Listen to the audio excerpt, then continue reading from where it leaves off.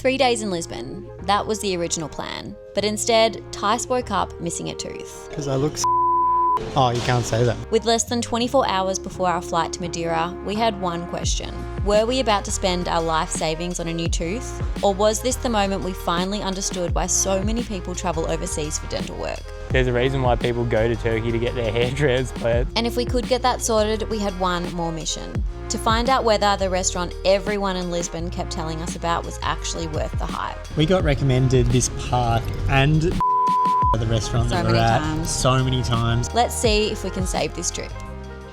3 days in Lisbon so far, and we have had a bit of a disaster and a medical emergency. So we are staying in this cute little apartment. How beautiful is this view? And we had we had big plans to explore this city, but Tice, do you want to show them real quick? No, yeah. His tooth.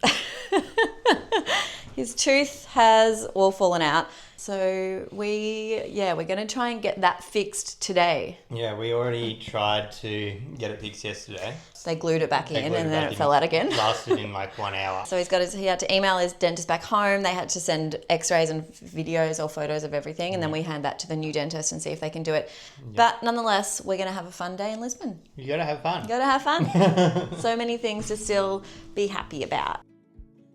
So just to put this in context, back in 2015, I was on the wrong end of a random attack in Melbourne CBD.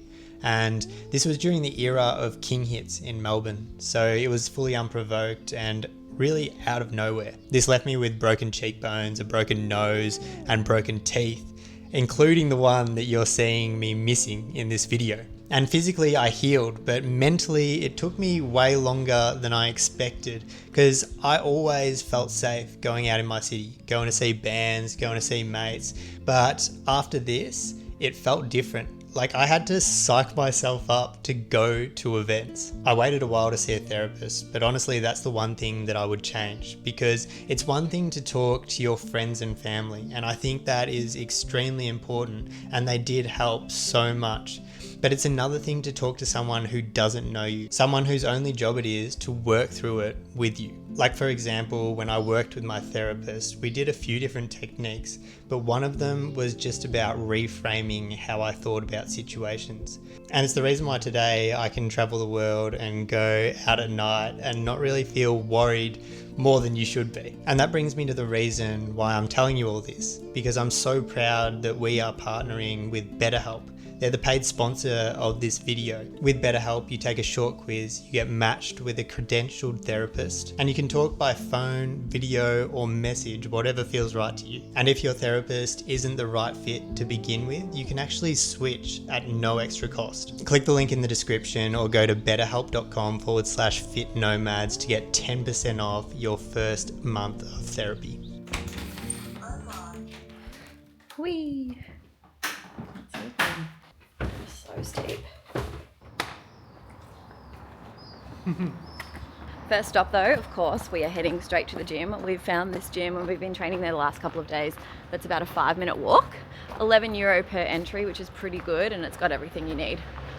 So my legs are very sore today. We're going to train a bit of everything, jump on the treadie and do some walking, and then head to a cafe to start some work. So while we walk to the gym, the area that we're staying in is called Barro Alto, and we really like it because it's actually so close to absolutely everything, really. Another area that you could stay though is called Alfama, and that is the oldest, most atmospheric part of the city. And a few things to know about Lisbon before you arrive. It is genuinely really hilly, and the historic trams are iconic, but they're slow. The famous tram 28 is worth doing once for the views of Alfama, but just make sure you go early before it completely fills up.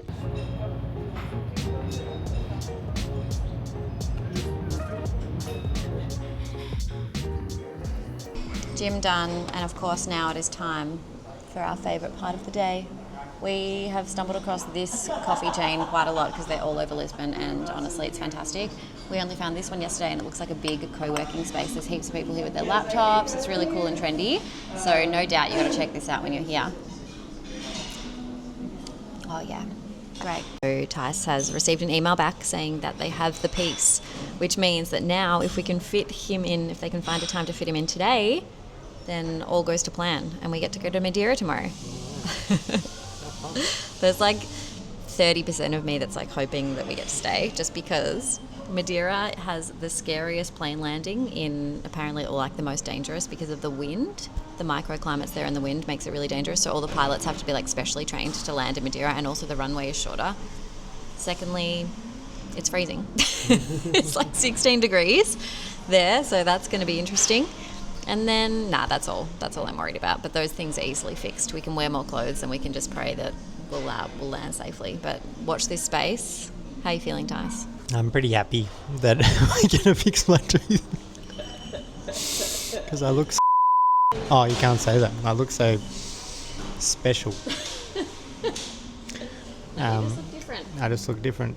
So I just got to get it fixed. Hopefully Maria, the girl that I saw yesterday, she said she'll fix it. So she's finding a time to fit me in and then put in a temporary one. And I'll be able to show my face out in public again. Not that I'm not letting it hold me back. Not letting it hold me back. No way. All right, we're back home. As you can see, brekkie cooking up. What have we got? Sourdough, hummus, eggs, vegetables. How we like it. So good. Yum. And even better news, Tice has an appointment at 3 o'clock today. You. We also looked online and thought that it was going to cost us like €1,800 to get this fixed, but Tice thinks that it might only be €200. So I don't want to jinx us. I know. You never know. €1,800 would not be in the budget. It would set us back a little bit, but that's okay. We would put it in the budget. We'll make it worth it. All right, we're riding it solo now. One thing that's cool about travelling and getting your medical stuff done is lots of these places are way cheaper than what you would get in Australia. For example, the first time I had to get my tooth fixed in Thailand, it only cost me $20. And just so you know, my tooth was done probably in Australia, but I think honestly there was a younger guy who did the install and he stuffed it up because it shouldn't have fallen out like it did. And that cost me a bunch of money in Australia, but if I were to do it in like places like Thailand or India, it would be way cheaper. Even here, now I'm going to go get this like semi-permanent implant and it's only going to cost €300, whereas back in Australia it would probably cost me a couple of grand to get that done and take like 5 to 7 business days. But I got in there in one day, they checked it out, and if I had known the details of the implant, they would have fixed it on the spot that day.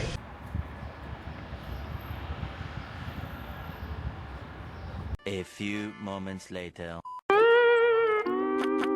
Alright, got the tooth and gum is very, very sore right now, but happy to get the tooth. Keen for the pain to go away. She really drilled into me, but she said everything's good and it only cost €200. There's a reason why people go to Turkey to get their hair transplants and stuff, is because it's just way cheaper. And the other thing is that I think is interesting is like, you know, people who get trained in Australia and or like in Western countries and only work in Western countries, you got to think about it like this. They don't get to do as many surgeries or as many procedures because there is literally just not as many people doing it. So if you go to places like Turkey or places like India, then these doctors and surgeons are doing like hundreds, if not thousands of them, because there's so many people going to get the surgeries. They might be better at it. I'm just going to put it out there. They might be better at it. But €200, very, very stoked. And I'm fixed for a while until I get a new one, which I'll probably get done in Thailand or in India. Off we go. Whoop! They are renovating? Is that the right word? Yeah. Doing over the road here. Slipping every time. But we're off to dinner. Nice wine bar. I've been recommended this place by so many people. So I booked in 6 o'clock. Hunger levels out of 10? You're probably not that hungry because you're so sore. Yeah, I'm a bit sore, but I'm always hungry. Once I get a bite, I'll enjoy it, no doubt. Also, guys, if you have ever heard of the famous rooftop bar here called Parks, that is right in front of where we're staying, actually. So we actually went there yesterday to check out the view. And yeah, it's just up there, through there. We're going to go left, babe. Yeah, left today. So we're so close. So this is actually a really good location. Speaking of food, there are 2 sandwiches that you must try in Portugal. The first one is a bifana. It is a super simple sandwich. It's Portugal's most iconic street food. Thin slices of pork marinated in white wine, garlic and spices, served in a soft bread roll. It's super simple, cheap, only costs €2 to €3. The second one is a francesinha, and this one is a Porto invention. It is unhinged. It's like a sandwich covered in cheese, filled with multiple types of meat. It sounds a bit gross, but honestly, it's pretty tasty. I think this is a church. I don't know which one, but one thing I do know is that Portugal is full of beautiful monuments and stuff. I think that's what's impressed me so much about Portugal, is that everywhere you go, there's just like beautiful old buildings, churches, monuments. It's really, really cool to see. I love it. And then you got this beauty, Abigail J. Vanderpoel. It's really hot today. I've already got an upper lip sweat. My moustache. It's a really cool city though. I love it. I think if we come back, we'd stay for like a month and like fully explore. Because 4 days ain't enough, especially with a tooth emergency. It's just way too big to do in 4 days or whatever. It is. You need At least a week. I think if you were And- if you were traveling, yeah. a week. And like the other thing is that all the food is crazy. Mm. Like there's so much good food and I want to eat every single thing. We did have a really fun dinner out last night too, and I will butcher the name because it's a really tough name. Yeah. Put it up on the screen here, but it was like a traditional Portuguese meal. Yeah. We loved it. We really loved it. It was really cool. It had sardines, which Yeah. are a must Yum. in Portugal. And then it had this meat dish, and then it had... They all came with potatoes came as with a well, bunch which is like of my favourite potatoes. food. Yeah, it's kind of... All of it was like that homely, like what you would expect to get at your nonna's house. or Yeah, it was so something. good. They probably don't call it Just like nonna in meat Portugal or and whatever. veg, which we love, and Yeah. fish. And that place actually only opens noon until 7:30 p.m. So it's more of like a lunch and early dinner spot. Because yeah, it shuts at 7:30. So if you want to go, we'd go for lunch, I reckon. And we or like recommend early it. dinner. And we recommend it for sure. It was awesome.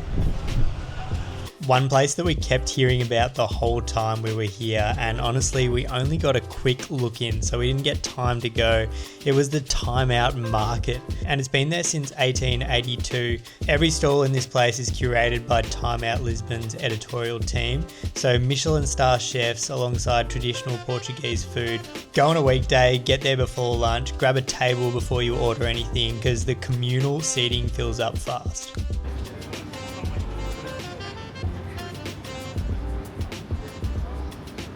Cheers. We got a little Cheers. cheeky drink now. This place is so cute. It's a little square.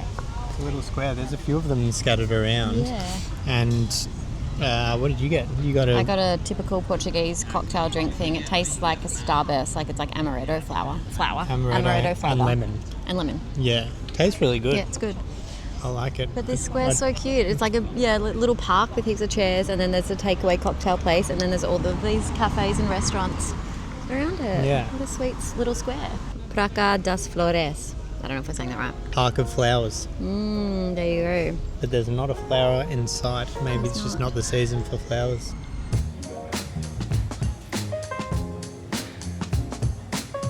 I bring something citric. This is a French one, Perfect. and this is a Portuguese one. Okay, let's start with that one. Yeah, very fresh. Yeah. It's made in the north. All wines that is Oh, yeah. around the river of food. That the river So that good. crosses border.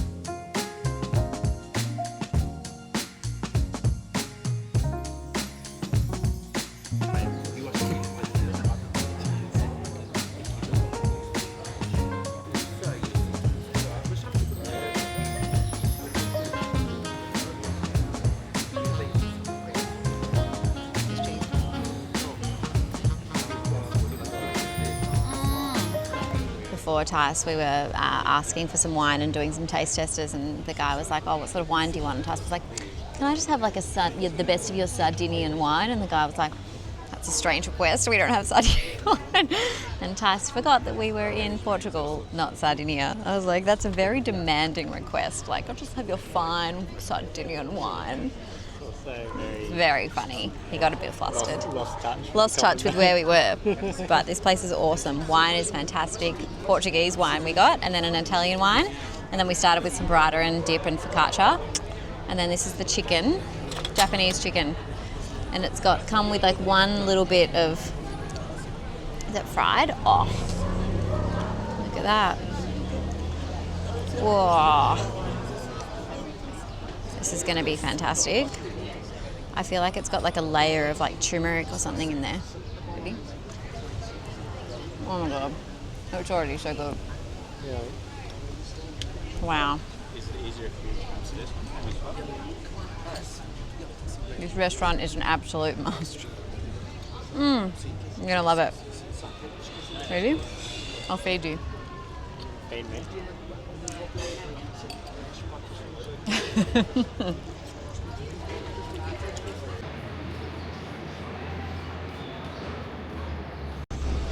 Honestly, I think one of the best things that I love about Lisbon, or just like Portugal, is the art on the wall. The tiles. The tiles, it's so pretty. They're called azulejos, from the Arabic for polished stone. Lisbon has more tiled building facades than any other city in the world. And what might surprise you is there's a real theft problem. People rip these off buildings and sell them at flea markets, sometimes for €5, sometimes for €10,000 a tile.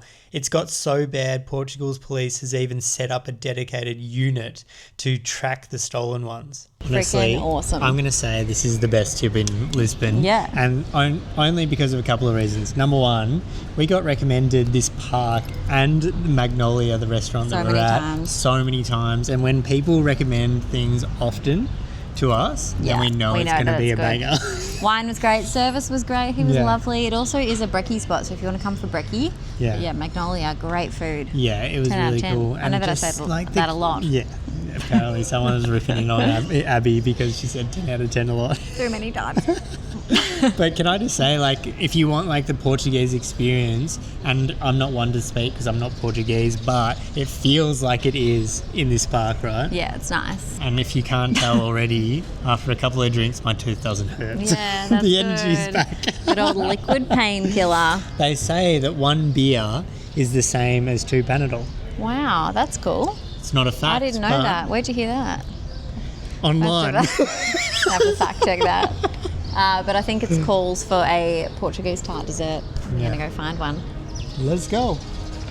Obviously, we had to end the night with a Pastéis de Nata. And while we're here, the story behind this thing is actually pretty brilliant. It was invented by monks who used egg whites to starch their clothing, which left them drowning in a bunch of egg yolks. So they started making custard tarts.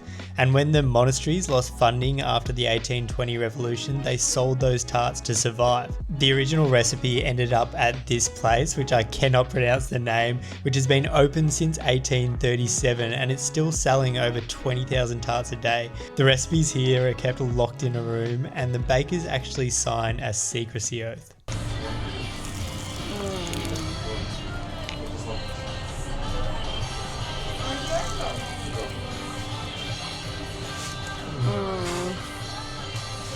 That one's better. That's better than the last one. It's better when they're warm, isn't it?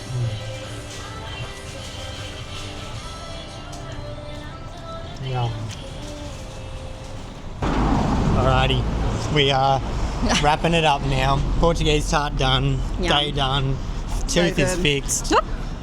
Yeah, what a great day. What a Thanks great for day. watching, guys. We love Yeah. it so much, honestly. Yeah, we really do. appreciate all the views. If And- you did love it, sorry, I'm interrupting you. No, if you did love it, then make Subscribe. sure you subscribe. If you liked it, like the video.